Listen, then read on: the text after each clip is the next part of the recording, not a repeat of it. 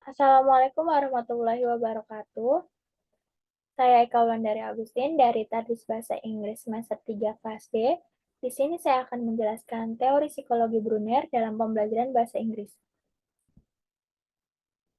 Ada 3 yang akan saya jelaskan. Yang pertama, biografi singkat Brunner. Yang kedua, pemikiran tokoh. Dan yang ketiga, aplikasi teori dalam pembelajaran bahasa Inggris. Biografi singkat Brunner. Jerome Seymour Brunner lahir di New York pada tanggal 1 Oktober 1915. Ia berkebangsaan Amerika. Brunner menyelesaikan pendidikan sarjana di Duke University dan menerima gelar sarjananya pada tahun 1937.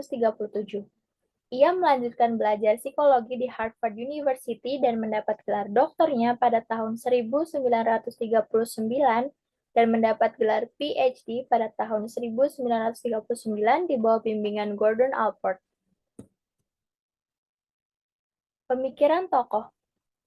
Yang pertama ada scaffolding dan yang kedua discovery learning.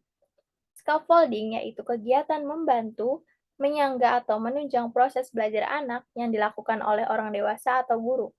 Contohnya yaitu membantu siswa dalam memahami materi pelajaran dengan cara memberi saran, menyebutkan pentingnya hal yang dipelajari, memberi contoh, memotivasi siswa, dan lain-lain. Yang kedua, discovery learning, yaitu dengan membantu siswa memahami ide-ide pokok pengetahuan dan melibatkan siswa secara aktif dalam proses belajar. Dengan seperti ini, siswa akan dapat memecahkan masalah dengan cara sendiri. Brunner menandai perkembangan kognitif manusia sebagai berikut. Yang pertama, perkembangan intelektual ditandai dengan adanya kemajuan dalam menanggapi suatu rangsangan. Yang kedua, perkembangan intelektual bergantung pada sistem penyimpanan yang digunakan oleh anak untuk mengingat objek-objek, kejadian, dan pengalaman. Yang ketiga, perkembangan intelektual meliputi perkembangan kemampuan berbicara pada diri sendiri atau pada orang lain melalui kata-kata tentang apa yang telah dilakukan dan apa yang akan dilakukan. Hal ini berhubungan dengan kepercayaan pada diri sendiri. Yang keempat, interaksi secara sistematis antara pembimbing, guru atau orang tua dengan anak diperlukan bagi perkembangan kognitifnya. Yang kelima, bahasa adalah kunci perkembangan kognitif. Karena bahasa merupakan alat komunikasi antara manusia. Untuk memahami konsep-konsep yang ada, diperlukan bahasa. Bahasa diperlukan untuk mengkomunikasikan suatu konsep kepada orang lain.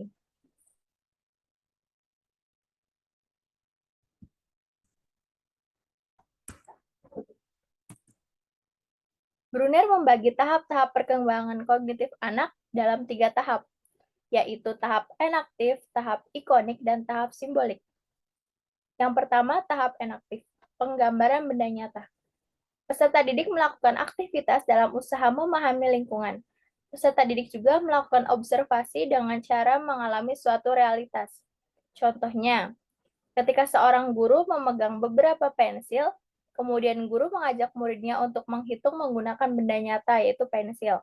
Atau juga tahap ini berbasis tindakan atau kinestetik. Yang kedua, tahap ikonik.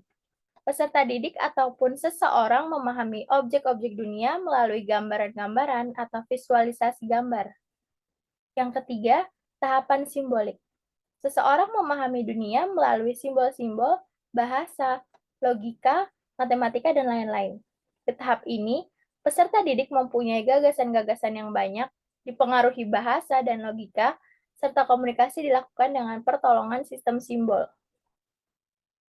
Aktif yaitu usia 0 sampai 1 tahun. Mode ini melibatkan pengkodean informasi berbasis tindakan untuk disimpan dalam memori kita.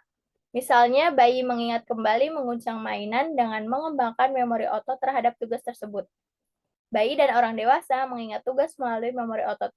Misalnya, meniru pengoperasian mesin pemotong rumput jauh lebih cepat dan mudah dibandingkan penjelasan verbal yang rumit.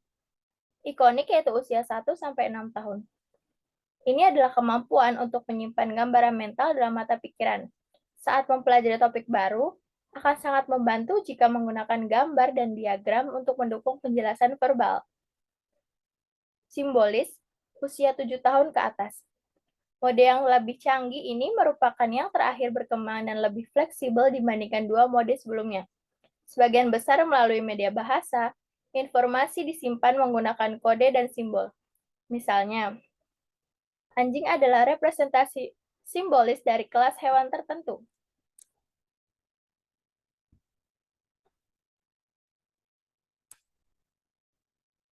Aplikasi teori dalam pembelajaran bahasa Inggris. Di kelas bahasa Inggris, anak-anak diminta untuk melakukan apa yang diperintahkan guru. Misalnya saja ketika guru melaksanakan kegiatan yang berhubungan dengan pengalaman pembelajaran dan memerlukan partisipasi siswa untuk membagi gunting dan sebagainya. Guru sebaiknya menggunakan bahasa Inggris. Contohnya, John, please give out the scissors. Martha, give out the paper. Kepada siswa yang kurang pandai. Kepada anak yang lebih pandai, instruksinya bisa lebih rumit. Misalnya, Sam, please ask every day if they want white pepper or black pepper. Kesimpulannya, hal-hal yang rutin termasuk ungkapan-ungkapan seperti instruksi dapat membuka kesempatan bagi berkembangnya keterampilan bahasa. Tujuan pendidikan tidak hanya menambah pengetahuan yang sudah ada, tetapi memungkinkan siswa untuk dapat menemukan atau menciptakan sesuatu yang baru. Bruder juga mengembangkan konsep pembelajaran penemuan di mana peserta didik mengkonstruksi pengetahuannya sendiri. Proses belajar akan berjalan dengan baik apabila materi pelajaran dapat berkesinambungan atau saling terkait dengan kognitif yang sudah dimiliki oleh peserta didik. Menurutnya, menemukan informasi merupakan cara belajar yang lebih efektif dibandingkan hanya diberitahu oleh guru. Sekian dari saya, kurang lebihnya mohon maaf. Wassalamualaikum warahmatullahi wabarakatuh.